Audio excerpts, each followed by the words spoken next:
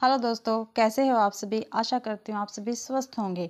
मैं आप सभी का अपने चैनल हिंदी क्लासेस में बहुत बहुत स्वागत करती हूँ।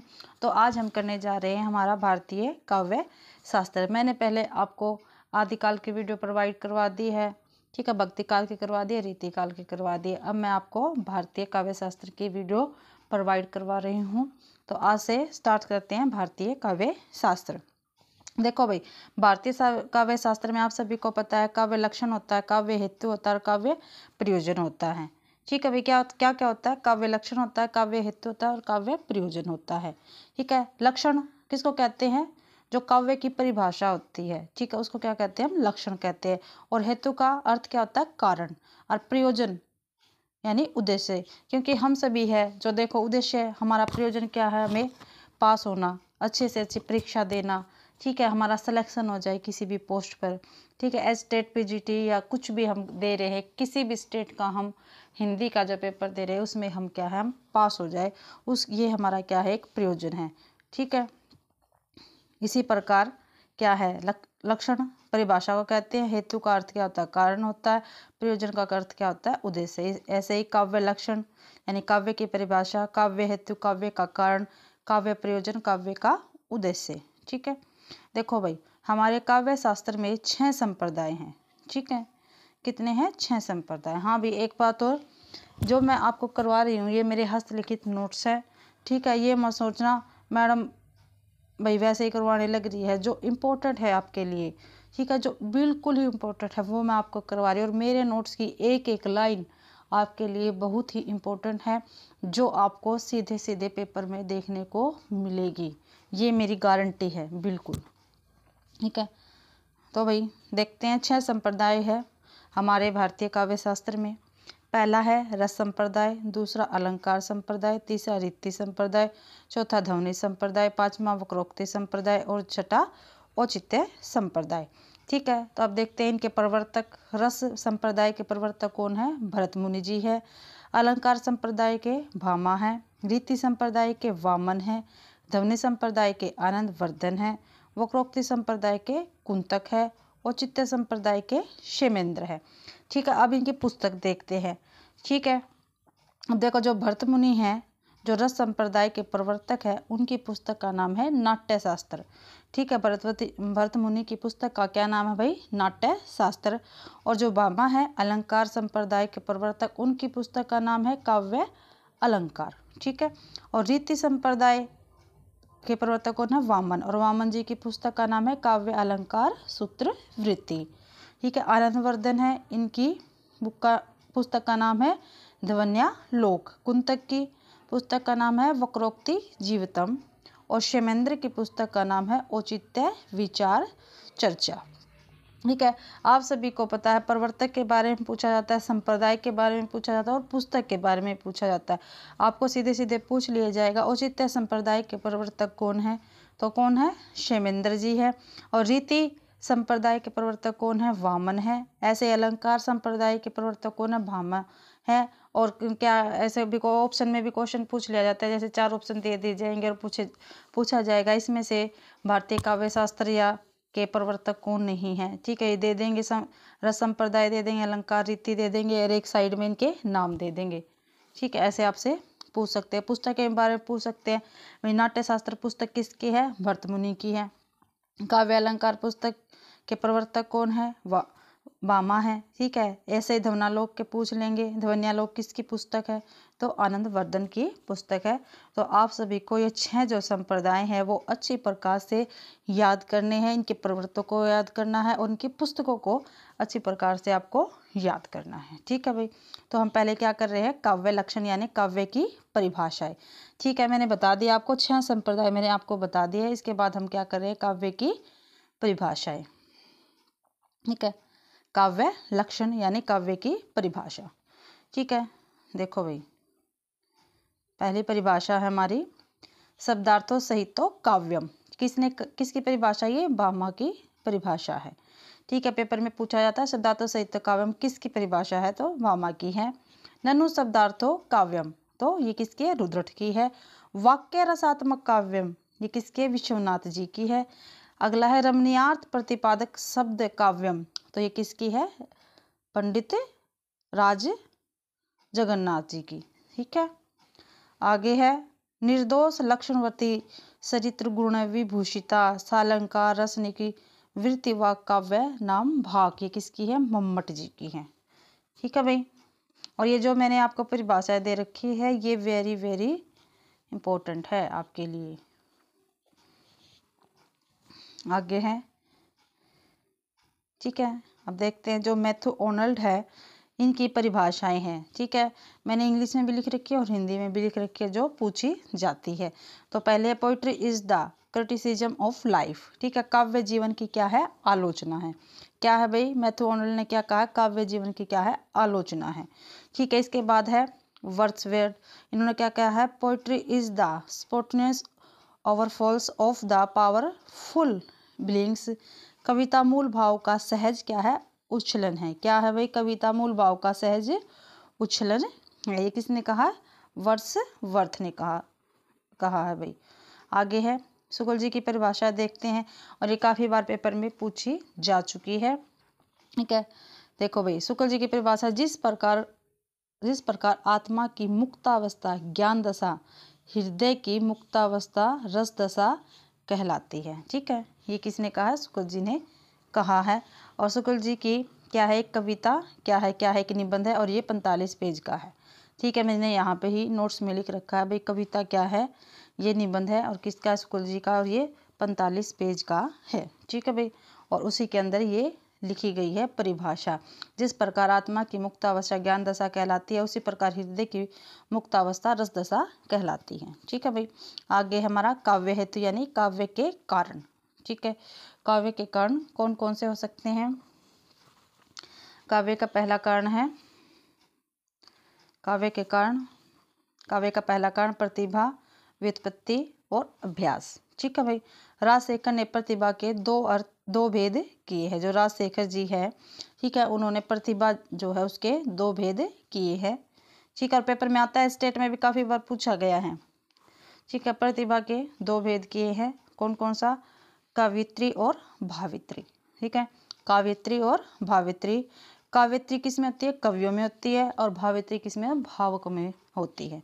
ठीक है, जो भाव को पहचानते हैं उसमें भावित्री होती है, और काव्यत्री कवियों में होती है। देखो भाई, प्रतिभा के 2 भेद किए गए हैं, और किसने किए हैं? राजशेखर जी ने किए हैं। कौन कौन से किया है? काव्यत्री, ठीक है, और भावित्री।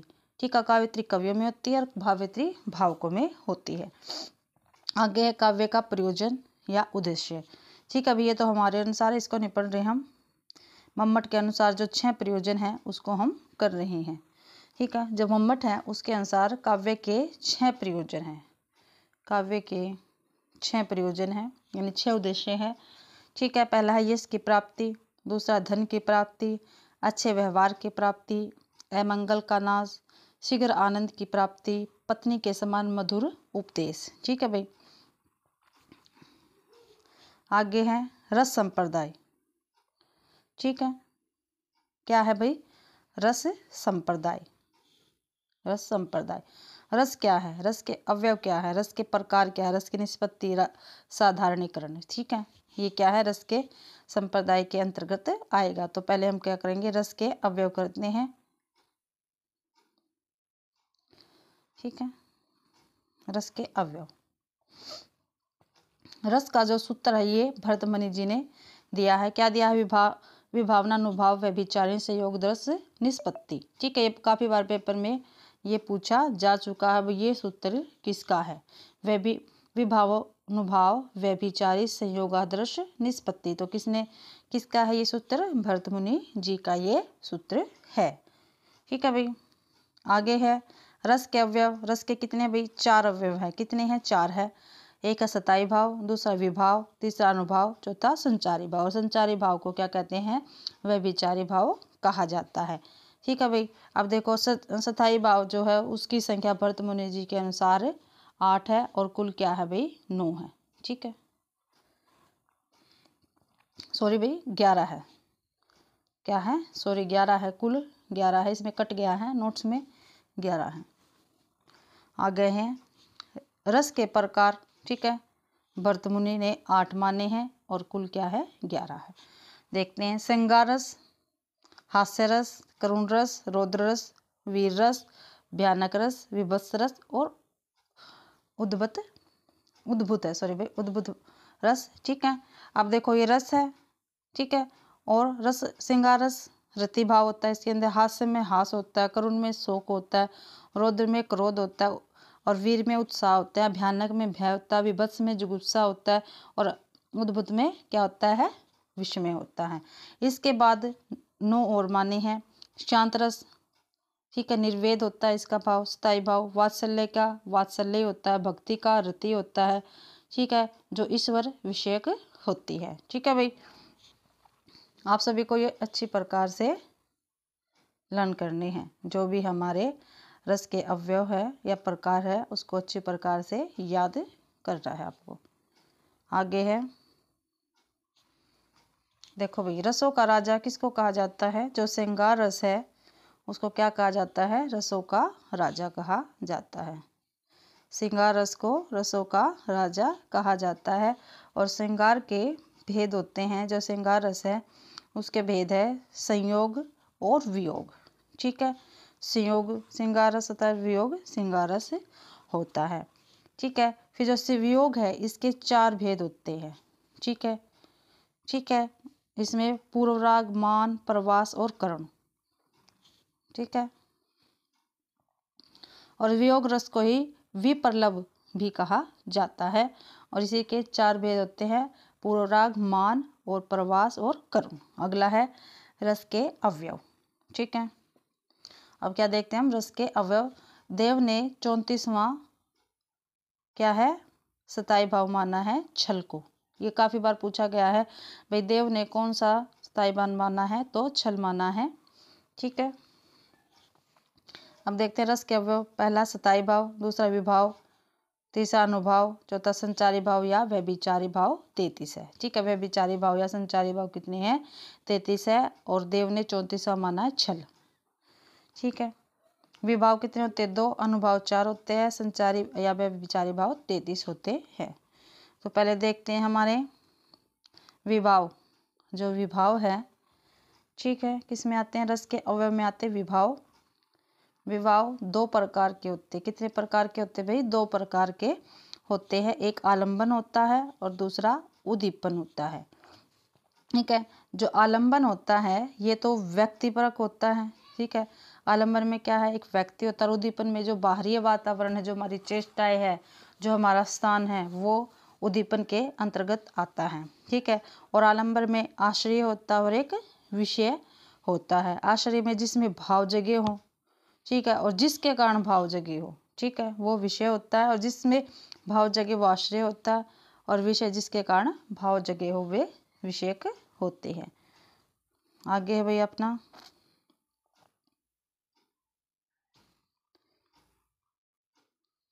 फिर है अनुभाव। ठीक है, 4 प्रकार के होते हैं। जो अनुभाव है वो कितने होते हैं? 4 प्रकार के होते हैं। कायिक, वाचिक, सात्विक और आहार्य। ठीक है, सात्विक में जैसे पसीना आना, ठीक है, सात्विक भाव के अंतर्गत आता है। ठीक है, फिर ये आ गया भाई भर्तमुनि का विभाव अनुभाव व्यभिचार। इसमें उदास निष्पत्ति भर्तमुनि जी का है। ठीक है, रस निष्पत्ति है। ठीक है, रस निष्पत्ति में रस निष्पत्ति जो है इसमें भट्टलोलट का है क्या? उत्पत्तिवाद है।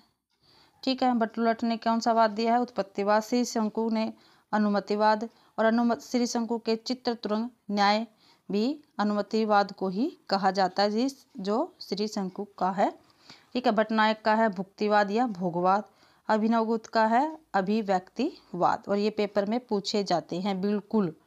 ठीक है, इस बात को आप ध्यान रखना। आप सभी को जो ये रस निष्पत्ति के व्याख्याकार है उनको अच्छी प्रकार से आपको याद करना है। और उन्होंने कौन कौन से वाद दिए हैं वो आपको अच्छी प्रकार से याद करना है। मैं आप जो इम्पोर्टेंट है वो ही आपको करवा रही हूँ। ठीक है, बस मेरे एक नोट्स में एक क्वेश्चन छुपा हुआ है, ठीक है, वो आपको याद करना है। तो भट्टलोलट उत्पत्तिवाद, श्री शंकु अनुमतिवाद या चित्र तुरंग न्याय भी अनुमतिवाद को ही कहा जाता है, श्री शंकु के वाद को।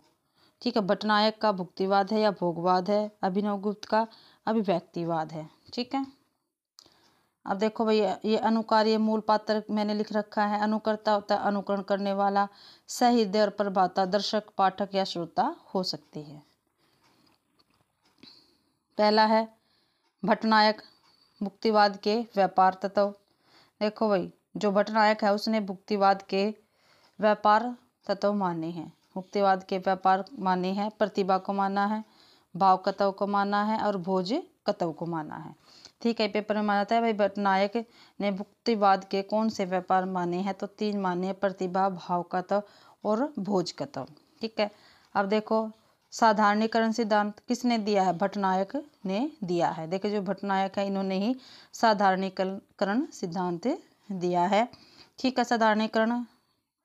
साधारणीकरण सिद्धांत का क्या होता है, साधारण भाई जो साधारण है वो बनाने की क्रिया, जो कोई हमारा क्या है डिफिकल्ट चीज है उसको हम साधारण बना ले, उसको क्या कहते हैं, साधारणीकरण सिद्धांत कहा जाता है। भाई जो साधारण बनाने की प्रक्रिया उसको साधारणीकरण सिद्धांत कहा जाता है।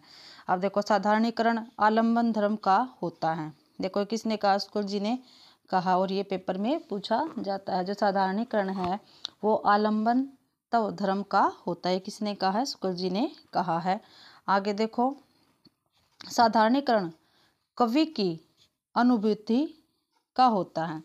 जो साधारणीकरण है वो कवि की अनुभूति का होता है, और ये किसने कहा है, ये नगेंद्र ने कहा है।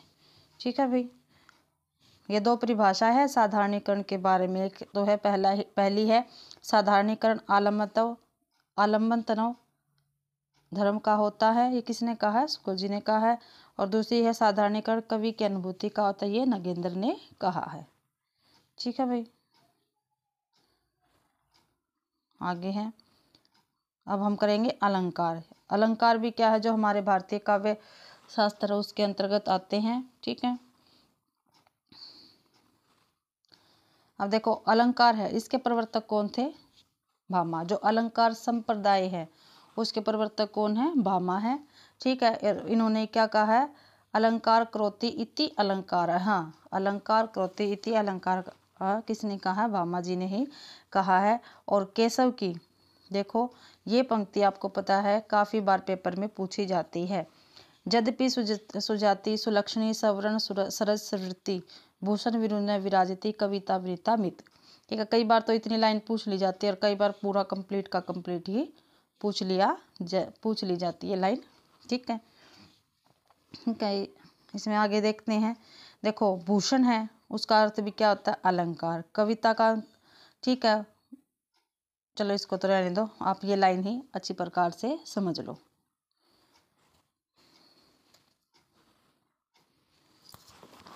चलो फिर भी मैं बता देती हूँ। विनीता क्या होती है, एक लेडीज होती है। और कविता आपको पता है, कविता और भूषण क्या होता है, अलंकार होता है। जो कविता के लिए भूषण एक अलंकार के जरिया है। ठीक है, अलंकार के रूप में प्रयोग होता है। और विनीता यानी लेडीज के लिए भूषण एक आभूषण के रूप में प्रयुक्त होता है, जिसको पहनने के बाद क्या है, अगर लेडीज है किसी आभूषण को पहनती हैं तो वो बहुत ही सुंदर लगती है। और उसी प्रकार जब कविता में अलंकार होता है तो कविता हमारी बहुत ज़्यादा सुंदर बन जाती है। आगे है यमक अलंकार। ठीक है, कनक कनक ते सो गुणी मादकता अधिकाय वा खाए बुराए नर वा खाए बुराए। तो किसकी पंक्ति है, ये बिहारी की। और इसमें क्या है, यमक अलंकार। आपको पता है जब 2 शब्द समान हो, ठीक है, और उनका अर्थ अलग अलग हो तो वहाँ पे क्या होता है, यमक अलंकार होता है। ठीक है, अब देखो 3 बेर खाती थी वह 3 बेर खाती थी। अब बेर आगे वे अलग अलग प्रकार के हैं। ठीक है, एक बार बेर का मतलब फल बताया, दूसरी बार बेर का मतलब पहर बताया। तो इसमें क्या है, यमक अलंकार है। एक शब्द है 2 बार आया है और दोनों बार ही उसके अर्थ क्या है, अलग अलग आए हैं, वहाँ पे क्या होता है, यमक अलंकार होता है।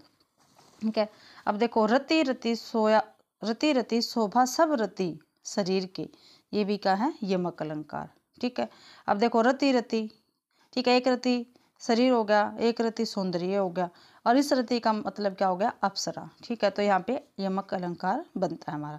आगे हमारा श्लेष अलंकार। देखो धीरे धीरे धूप की टप टप सर्दी का मौसम बनता है। धीरे धीरे धूप की टप टप सर्दी का मौसम बनता है। ठीक है, देखो जहाँ भी पुनरुक्ति प्रकाश अलंकार आ जाए, ठीक है, सॉरी, जहाँ भी रिपीटेड शब्द आ जाए वहाँ पे पुनरुक्ति प्रकाश अलंकार होता है। लेकिन सर्दी का मौसम, इसमें क्या है, सलेस अलंकार। ठीक है, आगे है उपमा अलंकार।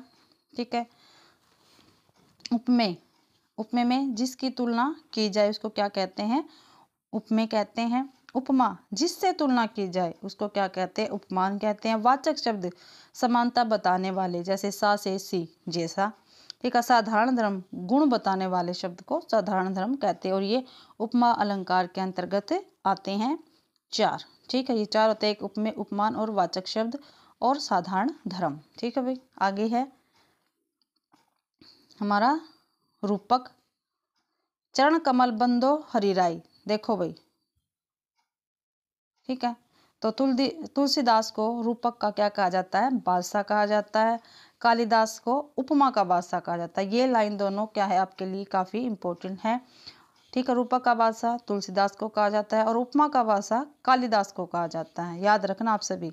अगला है अंबर पन घट में डुबो रही तारा घट उषा नागरी, ये क्या है, मानवीय अलंकार होता है इसमें। ठीक है, और इसमें तारा घट में क्या है, रूपक अलंकार है। उषा नागरी में भी जहाँ पे ये बीच में हाइफन आ जाता है अक्सर वहाँ पे रूपक अलंकार होता है,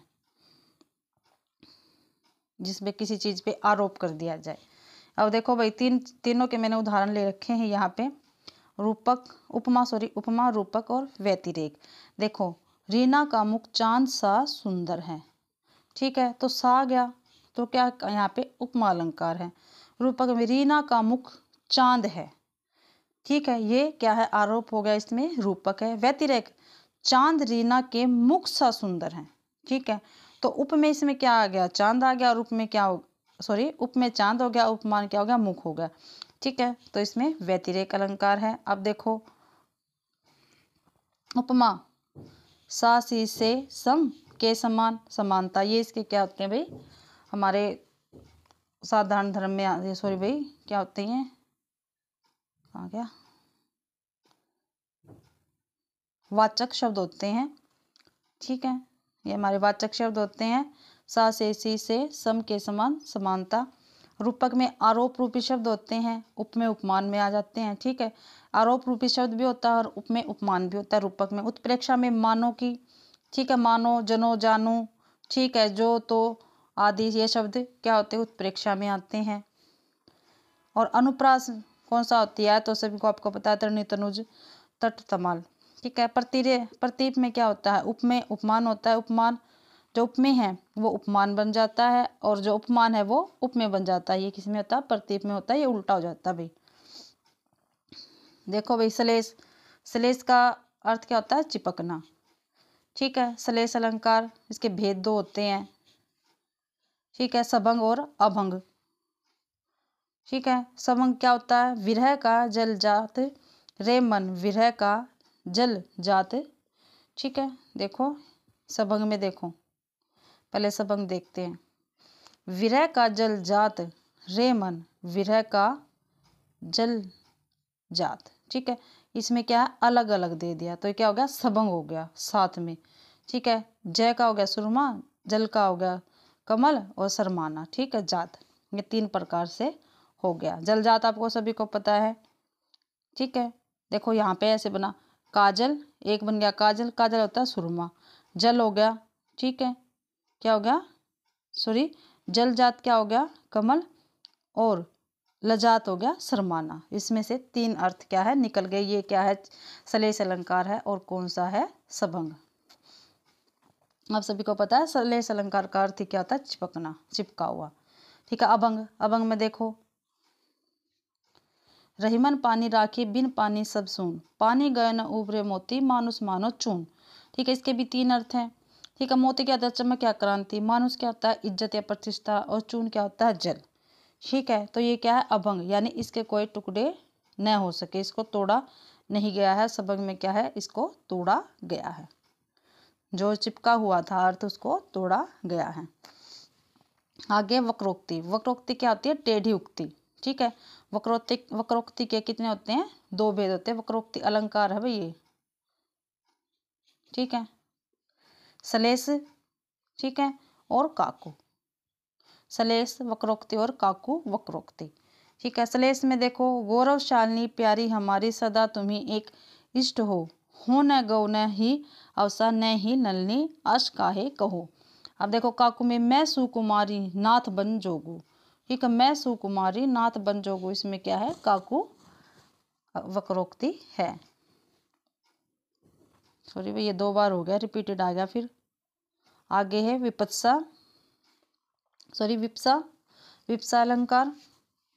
ये मैं आपको वैसे नहीं करवा रही जो बिल्कुल कंप्लीट अच्छी तरह से करवाते हैं, जो ये इसके हमारा अलंकार संप्रदाय के अंतर्गत जो आया हुआ मैं आपको बताने जा रही हूँ, जो हमारे काव्य शास्त्र में है आपका दूसरा संप्रदाय, अलंकार संप्रदाय, ठीक है, जो बाबा ने दिया था उसके अंतर्गत जो हमारे अलंकार चल रहे वो मैं आपको बता रही हूँ। जो हमारी हिंदी व्याकरण की क्लास अलग से होगी अलंकार पे, वो उसमें मैं आपको अच्छी तरह डिटेल से सारे अलंकार करवाऊंगी, ठीक है।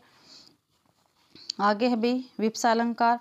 आदर घृणा शोक अन्य भाव जिसमें प्रभावशाली रूप में व्यक्त करने के लिए एक ही शब्द की पुनरावृत्ति दो से अधिक बार हो किंतु अर्थ अलग अलग न आए, ठीक है, उसको क्या कहते हैं, विप्सा अलंकार कहते हैं। देखो दोबारा से इसकी परिभाषा पढ़ते हैं। आदर घृणा शोक, ठीक है, जिसमें आदर भी हो, घृणा भी हो और शोक भी है। अन्य भाव जो और अन्य भाव है जिसे प्रभावशाली रूप में व्यक्त करने के लिए, ठीक है, एक ही शब्द की पुनरावृत्ति 2 से अधिक बार आए, ठीक है। प्रभावशाली रूप में भाई उस शब्द को प्रयुक्त करने के लिए उसकी पुनरावृत्ति क्या है, ठीक है, 2 बार या उससे अधिक बार हो किंतु अर्थ क्या है उसका अलग अलग हो जाए। उदाहरण देखते हैं। मधुर मधुर मेरे दीपक जल। अब देखो मधुर मधुर, ठीक है, पुनरावृत्ति होगी इसकी। अब क्या है, मेरे दीपक जल, तो मधुर मधुर आ गया, तो इसमें क्या हो गया, विप्सा अलंकार। प्रभावशाली रूप दिया है इसको शब्द को, ठीक है, तब विप्सा अलंकार हुआ है, नहीं तो पुनरुक्ति अलंकार भी हो सकता था अपना। आगे देखते हैं उपमा। अब देखो उपमा के भेद, उपमा के कितने हैं, 3 भेद है, ठीक है। एक है पूर्णोपमा, लुप्तोपमा, मालोपमा, ठीक है। अब पूर्णोपमा में क्या है, उसका मुख चांद सा सुंदर है, क्या हो गया, पूर्ण होगी ये बात। लुप्तोपमा उसका मुख चांद सा है, ठीक है, ये क्या हो गया, लुप्तोपमा होगी। और मालोपमा उसके मुख का सौंदर्य चांद सा रोशन व सूरज सा तेज है, यह क्या होगी, मालोपमा होगी, ठीक है। आगे है उत्प्रेक्षा। उत्प्रेक्षा आपको पता है, अभी मैंने बताया था, मानो मनो जानो जनु मनुहु, ठीक है, जहां भी ये होते हैं वहां पे क्या होता है, उत्प्रेक्षा अलंकार आ जाता है हमारा। उदाहरण के लिए देखते हैं। मोहन ओढ़े पीत पट श्याम सलोने गात मानो नीलमणि सेल पर आतप प्रयो प्रभात, तो मानो आ गया, तो उत्प्रेक्षा अलंकार है भाई इसमें। अब इसके उदाहरण और देखते हैं, उदाहरण के माध्यम से तथ्य बात की क्या होती है, पुष्टि, भैया उदाहरण अलंकार है, उदाहरण अलंकार है। उदाहरण के माध्यम से तथ्य बात की क्या होती है, पुष्टि, ठीक है। उदाहरण देकर हम क्या होते हैं, बात की पुष्टि करते हैं, वहां पे क्या होता है, उदाहरण अलंकार होता है। जैसे यो रहीम जस होत है उपकारी के संग बाट वारन को लगे जो मेहंदी के रंग, ठीक है भाई, क्या है यहाँ पे, उदाहरण अलंकार है। अब है विभावना अलंकार। ये पेपर में काफी बार पूछा जाता है। बिना कारण के जहां भी कोई कार्य हो जाता है वहां पे क्या होता है, विभावना अलंकार होता है। जहां पे कुछ भी कारण नहीं होता लेकिन क्या है, हमारा कार्य कंप्लीट हो जाता है, वहां पे विभावना अलंकार होता है। जैसे विनु पद चले सुने बिनु काना, ना तो पैरों से चला ना उसने कानों से सुना, कर विधि कर्म करे विधि नाना, ठीक है। और क्या अलग अलग प्रकार से क्या सभी काम कर रहा है, तो इसमें क्या हो गया, विभावना अलंकार हो गया। अगला है भाई भ्रांतिमान अलंकार और संदेह, ठीक है, मैंने दोनों एक साथ लिख रखे हैं, ठीक है, इनमें काफ़ी कन्फ्यूजन होता है। देखो भ्रम जहाँ होता है, ठीक है, वहाँ पे भ्रांतिमान होता है, और संदेह में आपको पता है संदेह अलंकार। भ्रम का मतलब था टूटना, जहाँ पे टूटता है कुछ ना कुछ, ठीक है, और जिसकी स्थिति क्या सदैव बनी रहती है वहाँ संदेह अलंकार होता है, ठीक है। जैसे कपि कर हृदय विचारी दिही मुद्रा डारी तब, ठीक है, जानी अशोक अंगार हरिश उठे कर गे है। अब देखो सारी विच नारी है, किनारी विच सारी है, सारी ही किनारी है, किनारी ही की सारी है। यहाँ पे क्या है, संदेह, ठीक है, उसको क्या है, संदेह होने लग रहा है, और यहाँ पे क्या हुआ है, भ्रम हुआ है उसको। अगला है मानवीकरण अलंकार। प्रकृति की तुलना मनुष्य के रूप में होती है। जहाँ पर भाई प्रकृति जो है हमारी, ठीक है, उसकी तुलना मनुष्य से की जाती है, वहाँ पे मानवीकरण अलंकार होता है। जैसे वीती बिबावरी जाग रही, अंबर पनघट में डुबो रही, तारा घट उषा नागरी। क्या भाई, वीती बिबावरी जाग रही, अंबर पनघट में डुबो रही, तारा घट उषा नागरी। तो यहाँ पे क्या है, मानवीकरण अलंकार है, क्योंकि यहाँ पे प्रकृति की तुलना मनुष्य के रूप में हुई है। अब हमारा क्या आ गया, छंद। ठीक है, छंद देखो भाई, पहले हम कर रहे हैं दोहा। ठीक है, जो दोहा छंद है, दोहा छंद है, ठीक है, उसमें क्या है, 13 और 11 पर यति होती है, यानी टोटल 24 मात्राएं उसमें होती है। ठीक है, मेरी भव बाधा हरो, राधा नागरी सोए, तन की छाई परे, श्याम हरित दुही होए। और आप सभी को बता दूं, मैं ये जो हमारा काव्य शास्त्र है, मैं आपको इसीलिए करवा रही हूँ क्योंकि जो भी हमारा काव्य शास्त्र है वो संस्कृत भाषा से जुड़ा हुआ है, और जो हमारा रीतिकाल है वो भी क्या है, हमारी संस्कृत भाषा से जुड़ा हुआ है। और रीतिकाल का और जो हमारा भारतीय काव्य शास्त्र है या पाश्चात्य काव्य शास्त्र है, वो रीति काव्य, ठीक है, और हमारा भारतीय काव्य शास्त्र और पाश्चात्य काव्य शास्त्र क्या है, एक दूसरे से जुड़े हुए हैं। इसलिए मैं आपको रीतिकाल के बाद ही भारतीय काव्य शास्त्र और पाश्चात्य काव्य शास्त्र करवाने जा रही हूँ। ठीक है भाई, तो अब देखते हैं, दोहा में हो गया 13-11 की यति, 13-11 पर क्या होती है, यति होती है इसकी। ठीक है, अब देखो चौपाई, 16-16 मात्राएं होती है चौपाई में, 4 पद होते हैं 16-16 मात्राओं के। ठीक है, अब देखो मैं लिख रखा, जैसे ये रू लिखते हैं इसमें 2 मात्रा लगती है, ये रू लिखते हैं उसमें 1 लगती है, और जहाँ पे आधा और या होता है उसमें 2 मात्रा, तो इसमें 1 होती है। ठीक है, बंदो गुरुपद पदमु परागा न, सुरुचि सुबास सरस अनुरागा, अमीय मुर्मीय चरुण चारु, सज्जन सकल भव परिवारा। ये क्या है, चौपाई है। अब सोरठा में क्या है, सोरठा आप सभी को पता है दोहा का क्या उल्टा होता है, उल्टा होता है 11-13, 11-13 होती है, पहले में 11, दूसरे में 13, 11-13। ठीक है, सुनु केवर के बेन, प्रेम लोटे अटपटे, बिहसे करुणाए, चितेन जानकी लखन तनय। अब है वर्णिक, उसमें क्या होती है, वर्णों की क्या होती है, गिनती होती है, वर्ण की गिनती की जाती है, क ख ग घ गड़। ठीक है, अब देखो क्या है, इंद्रवर्जा है। ठीक है, जो इंद्रवर्जा है, देखो 2-2-2-1, 2-2-2-1, वो 1-2, इसमें ये जो मैं नया ग्रंथ विलोकता, भाता भाता मुझे सी नव फिकाता। ठीक है, आगे देखते हैं, हमारा आ गया रीति संप्रदाय। रीति का मतलब क्या होता है, परंपरा। ठीक है, और रीति संप्रदाय के प्रवर्तक कौन है, वामन है, और वामन की पुस्तक का क्या नाम था, काव्य अलंकार सूत्र वृत्ति। ठीक है, अब देखो काव्य के गुण, वामन ने रीति संप्रदाय में काव्य के गुण दिए हैं, ओज, माधुर्य और प्रसाद। ठीक है, जो ओज होता है वो स्फूर्तिदायक होता है, जोश आ जाता है, ऊर्जा प्रदान करने वाला। तो माधुर्य में मधुरता होती है, प्रेम होता है, सौंदर्य होता है, और प्रसाद में क्या होता है, प्रसन्नता होती है, कोमलकांत पदावली होती है प्रसाद में, प्रसाद गुण में। इनका कथन देख, कथन है विशिष्टता पद रचना रीति, ये किसने कहा है, ये किसका कथन है, वामन का है। विशिष्टता पद रचना रीति, ये किसका है, वामन का है भाई। अब देखो रीति के भेद, ठीक है, रीति के भेद देखते हैं, वैदर्भी रीति, गौड़ीय रीति, पांचाली रीति। वैदर्भी रीति क्या होती है, माधुर्य होती है, ये श्रेष्ठ है और सभी गुण है इसमें। जो वैदर्भी रीति है ये क्या होती है, माधुर्य क्या होता है, इसमें होता है, प्रमुख होता है ये, और ये सबसे श्रेष्ठ है, और इसी वैदर्भी रीति जो है उसमें सभी गुण विद्यमान है। गौड़ीय में क्या होता है, ओज, जो ओज गुण है वो हमारा गौड़ी रीति में होता है। और पंचाली में क्या था, कोमलकांत पदावली, यानी प्रसाद रस, जो प्रसाद गुण है वो पांचाली रीति में होता है।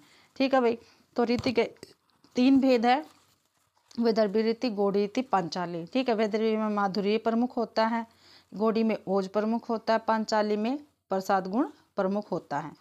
ठीक है, और जो वैदर्भी रीति है वही सबसे श्रेष्ठ है और सभी गुण उसी में विद्यमान है। अब देखो, सॉरी भाई, कहाँ पहुंचे।